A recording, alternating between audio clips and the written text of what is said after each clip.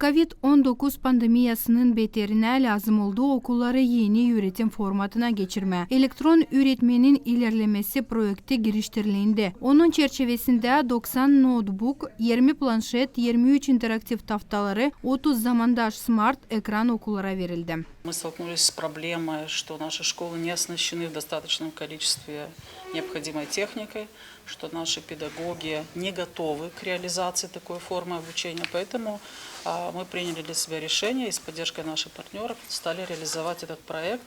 В результате наши школы оснащены современной техникой. Мы получили ноутбуки, мы получили планшеты. Наши школы были направлены современнейшие смарт-экраны, интерактивные доски. Сегодня по всем нормам в школах на 15 человек должен быть один компьютер.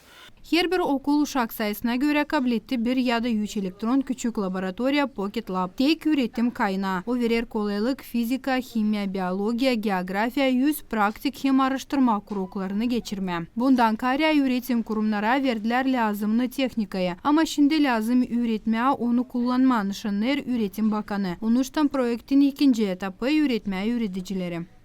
Более 200 учителей прошло в рамках только этого проекта. Помимо этого проекта мы также организовывали массу других курсов для повышения IT-компетенций для наших педагогов. Но в рамках этого проекта прошло 200 педагогов, издано пособие для интерактивного обучения.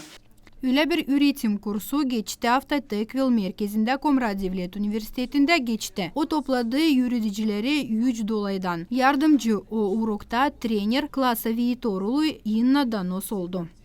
Цель этих курсов показать учителям, как подключать Pocket Lab к компьютеру или к планшету, как получать данные, обрабатывать, сохранять их, как передать детям информацию, полученную от Pocket Lab, и как организовать лабораторные работы с помощью этого электронного устройства.